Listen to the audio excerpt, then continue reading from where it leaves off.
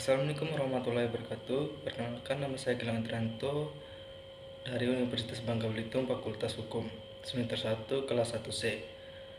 Baiklah, di sini saya akan meresensi sebuah novel yang berjudul Ayah, karya Andrea Hirata.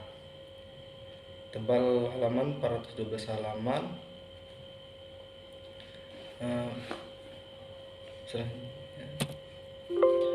Identitas novel sendiri, judul buku Ayah, pengarang Andrea Hirata, jumlah halaman 412 halaman, tebal buku 2,5 cm, penerbit Bentang Pustaka, tahun terbit 2015, harga 76.000. Identitas pengarang Andrea Hirata Seman Said Harun lahir di Belitung Timur, Provinsi Bangka Belitung pada tanggal 24 Oktober 1967. Namun ada juga beberapa yang menyatakan bahwa beliau lahir pada tahun 1982.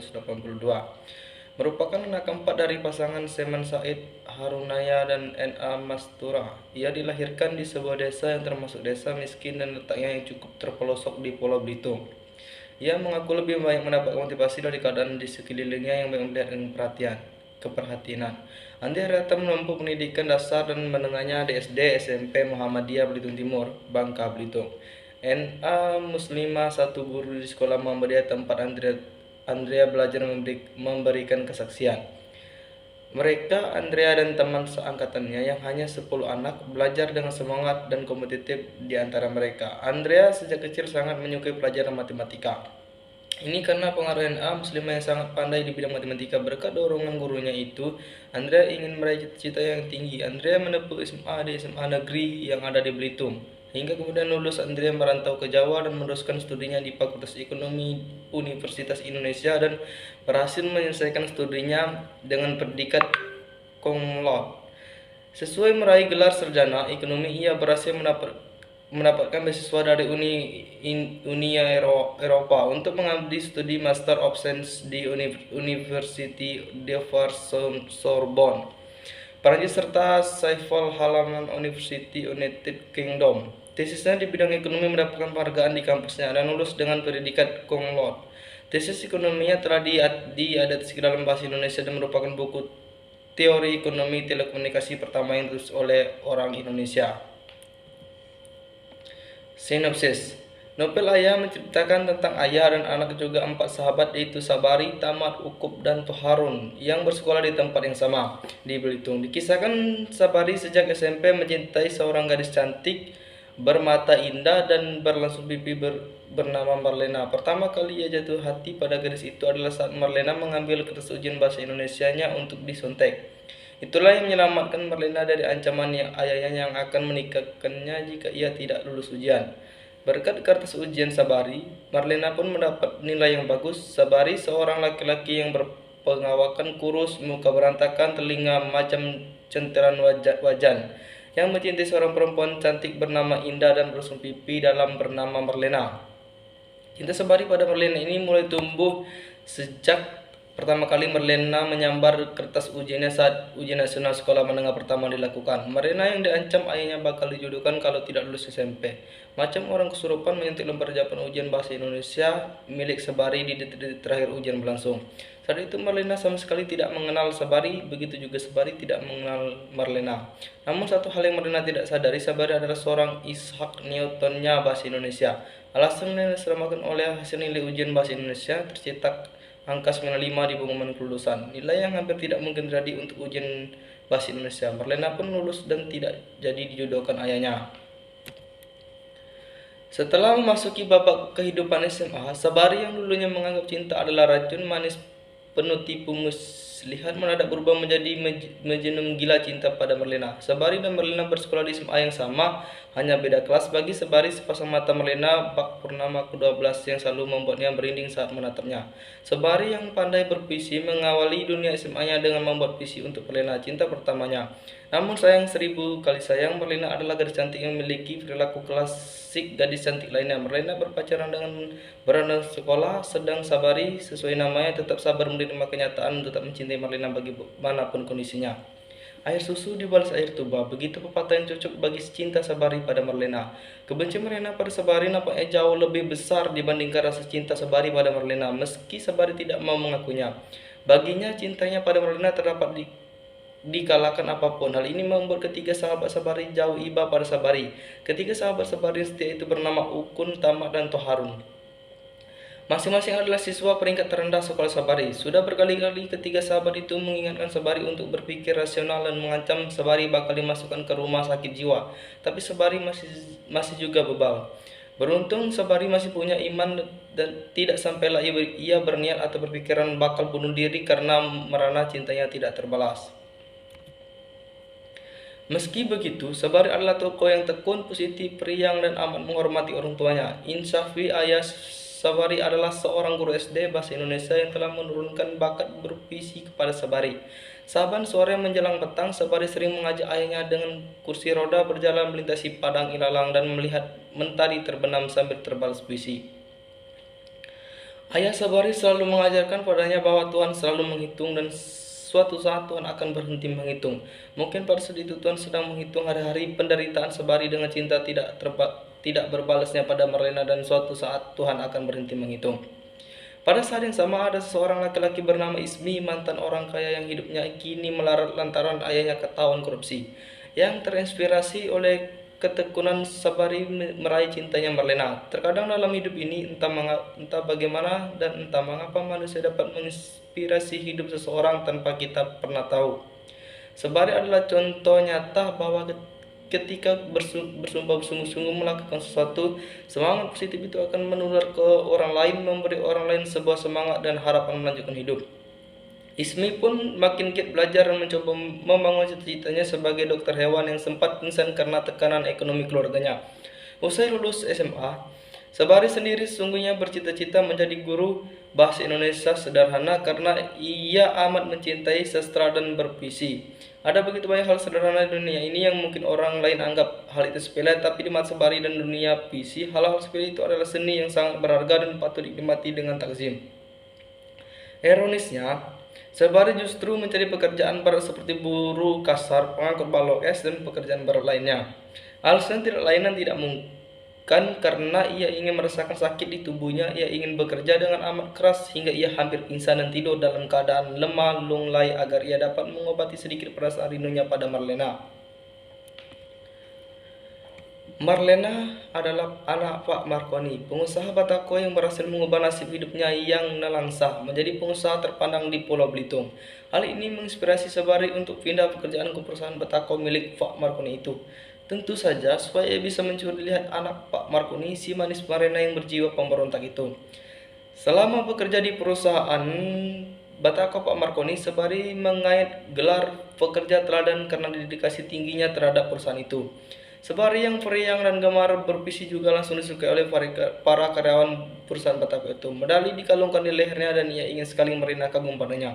Sayangnya, Marlena sama sekali tidak peduli, ia malah makin muak dengan Sabari. Meski begitu, Sabari tetaplah Sabari yang penyabar dan positif. Ia terus berusaha dan mungkin ia tidak akan pernah lelah berusaha. Dalam perjalanan mendapatkan hati Marlena, pernah Sabari mengikuti lomba maraton yang disaksikan seluruh penjuru kabupaten dalam rangka peringatan Hari Kemerdekaan. Ia pun memenangkan perlombaan itu dan menjadi trending topik seluruh kabupaten. Namun tetap saja Marlena tak peduli meski sudah bersusah payah. Sabari berusaha membuat Marlena setidaknya melirik kerja kerasnya. Hidup ini memang dipenuhi orang-orang yang kita inginkan, tetapi tidak menginginkan kita, dan sebaliknya. Itu adalah ironi yang dipahami betul oleh Sabari. Meski begitu, Sabari tetap tersenyum. Tibalah pada saatnya Tuhan selalu menghitung, dan suatu ketika Tuhan berhenti menghitung. Akhirnya benarlah Tuhan berhenti menghitung. Sabari menikahi Lena lantaran Lena terjebak peristiwa hamil di luar nikah dengan pacar yang entah keberapanya. Sabari dengan sukarela menumbalkan dirinya untuk menikahi Lena karena seperti yang kita tahu, budaya timur Indonesia sangatlah menjunjung tinggi moral dan kehormatan. Pernikahan itu berlangsung lantaran keluarga Marconi terpaksa menjaga kehormatan dan nama baik keluarganya. Lena, tentu saja ia masih membenci Sabari seperti dahulu, dan Sabari tentu saja masih mencintai Lena seperti dahulu. Namun Sabari tidak peduli akan kenyataan itu. Dengan riang ia menyambut kelahiran bayi mungil yang dikandung Lena. Sabari pun membangun rumah baru untuk calon putranya. Selama pernikahan itu berlangsung, Sabari dan Lena tidak tinggal serumah. Sungguh unik. Saat bayi itu lahir, Sabari menyambutnya dengan sukacita. Sudah disiapkannya rumah baru bagi putranya yang ia beri nama Zoro itu. Dibesarkannya Zoro dengan cerita-cerita dan puisi. Zoro pun lekat dengan Sabari yang bak ayah merangkap ibu. Karena Lena sering kabur dari rumah dan tak tahu di mana rimbanya. Sabari sangat mencintai Zoro dan ia merasa bahwa dalam hidup ini kita akan menemukan masa ketika akhirnya kita menyadari untuk apa kita dilahirkan di muka bumi ini. Sabari menyadari satu hal, bahwa ia dilahirkan di muka bumi ini untuk menjadi seorang ayah. Hati Sabari riang tidak terperi. Kenyataannya, Lena lah yang tidak bahagia dengan bahtera rumah tangga itu. Ia terlalu rebelius dan tidak suka terikat dengan lelaki yang tidak ia cintai. Ia pun menceraikan Sabari dan mengambil Zoro dengan suami barunya saat Sabari sedang meninggalkan Zoro sebentar untuk membeli balon gas warna-warni di taman kota. Setelah Marlena menggugat cerai dan mengambil Zoro dari hidupnya, Sabari bagai orang gila yang merasa hampa selalu. Dihabiskannya waktu untuk melamun di beranda rumah bersama kucing jantannya yang bernasib sama dengannya. Ditinggal bini dan hidup melangsang kesepian. Lebih dari itu, kepergian Zoro telah merenggut jati dirinya sebagai seorang ayah yang selalu mencintai Zoro sepenuh hatinya. Zoro yang masih berusia 3 tahun saat dipisahkan dari Sabari terus merengek karena biasanya sebelum tidur, Sabari selalu berpuisi atau bercerita macam-macam untuk Zoro. Karena frustasi, Marlena akhirnya memberi kemeja Sabari kepada si kecil Zoro, dan hanya dengan memeluk kemeja ayahnya itulah ia dapat tertidur lelap. Zoro yang masih kecil mengalami kehidupan yang tidak semestinya dirasakan anak sumbernya. Kebiasaan Marlena yang cepat merasa bosan dan tidak suka dengan kemapanan membuatnya kawin cerai dengan suami-suami barunya. Marlena pun hidup sebagai single parent dan berkelana dengan Zoro. Beruntunglah Zoro adalah anak yang cerdas dan memahami kondisi ibunya. Ia tidak pernah mengeluh, selalu menghibur hati ibunya dan cemerlang nilai-nilainya di sekolah. Marlena pun makin sayang pada Zoro. Sementara di Belitung, sedih melihat sahabatnya yang makin gila, Tamat dan Ukun sahabat SMA, Sabari akhirnya memutuskan untuk mencari di mana Marlena dan Zoro berada. Pulau Sumatera telah dikelilingi mereka, segala upaya dikerahkan. Bahkan Sabari dengan putus asanya menempelkan plat aluminium berisi pesan untuk mencari di mana Marlena dan Zoro berada dengan bahasa Inggrisnya yang menyedihkan. Lalu ditempelkannya pada tempurung penyu. Surat itu pun berakhir di Australia dan membuat geger seorang Nia yang kemudian merasa terpanggil untuk juga mencari keberadaan Zoro dan Lena di Australia. Usaha itu tentu saja gagal. Pada akhirnya Ukun dan Tamat berhasil menemukan Elena dan Zoro. Lena sudah menikah lagi dengan lelaki bernama Amirza. Zoro pun dinamai ulang dengan nama Amiru. Total pernikahan Lena usai bercerai dengan Sabari adalah 4 kali. Sedang Sabari hanya menikah sekali saja. Lena adalah cinta pertama dan terakhirnya. Saat bertemu di pelabuhan, Zoro alias Amiru segera mengenali aroma ayahnya dari kemeja saban malam sebelum tidur selalu dipeluknya.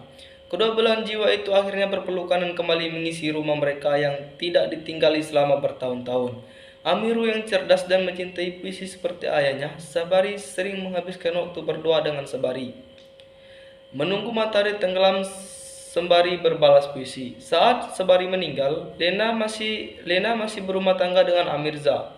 Dan dimakamkan Sabari tertulis, biarkan aku mati dalam keharuman cintamu. Amirullah yang mengukir puisi itu sesuai permintaan Sabari sebelum wafat. Dan setahun berikutnya, Marlena dalam keadaan sekarat berpesan pada Amiru, anaknya, untuk menguburnya di sebelah makan Sabari. Ia juga berpesan untuk menulis Purnama ke-12 di nisannya. Purnama ke-12 adalah panggilan kesayangan Sabari pada Marlena sejak pertama kali mereka bertemu. Amiru menurutnya karena tulisan itu pada nisan ibunya. Saat ayahnya masih hidup, Amiru bertanya kepada ayahnya, apakah ayah masih mencintai ibunya? Sabari menjawab, ingat boy, dalam hidup ini semuanya terjadi 3 kali. Pertama, aku mencintai ibumu. Kedua, aku mencintai ibumu. Ketiga, aku mencintai ibumu. Keunggulan isi novel. Novel ini mengunggah hati siapapun yang ingin merendahkan hatinya untuk melihat hidup yang getir dan penuh ironi untuk tetap menemukan keindahan di dalamnya. Bahwa hidup adalah soal perjuangan, bukan pemenangan, adalah makna yang terkandung dalam novel ini. Pada akhir cerita, dikisahkan Sabari mengikuti perlombaan maraton untuk kedua kalinya. Dan pialanya akan dipersembahkan untuk menyambut Zoro, putra yang terpisah darinya selama 8 tahun. Sabari yang sudah mulai menua dan kurang gizi dikalahkan oleh pelari-pelari muda lainnya. Namun Sabari masih melanjutkan lomba lari itu meski panitia dan para penonton sudah bubar jalan. Dengan telapak kaki yang berdarah-darah, Sabari menyelesaikan perlombaan itu seorang diri. Seluruh Belitung pun terkagum-kagum akan usaha Sabari. Sungguh Sabari adalah seorang ayah yang memberikan segalanya untuk putranya. Dan perihal percintaan, memang Sabari tidak sempat merasakan romansa dengan Marlena, cinta matinya. Namun cinta Sabari sangat tulus dan hanya berharap Lena bahagia dengan segala keruwetan pola pikirnya. Mungkin orang lain akan memaki Sabari gila, Majnun, tidak logis dan sebagainya. Namun, Sabari adalah Sabari yang tidak kenal lelah mencintai Lena.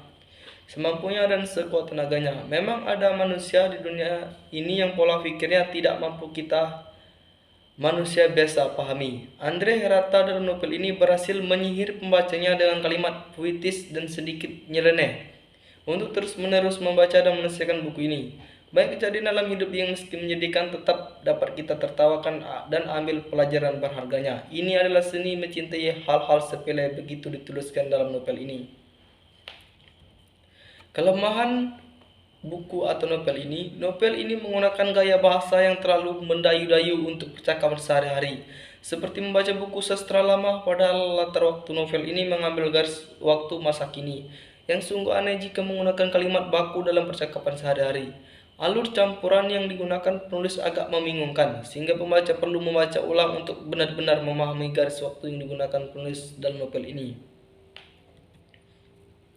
Kesimpulan saran, novel ini mengajarkan nilai-nilai sosial seperti pantang menyerah, tekun, berpikir positif, menghormati orang tua, dan setia kawan yang mulai pudar di masa modern ini. Novel ini sangat cocok untuk dibaca semua usia, khususnya bagi para pemuda dan pemudi yang ingin mendalami filsafat cinta dan kehidupan dengan contoh nyata karena kisah ini terinspirasi dari kisah nyata.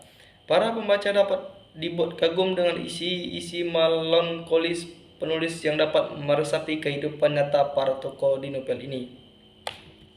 Itulah hasil resensi yang berjudul Ayah karya Andrea Hirata. Sekian, terima kasih.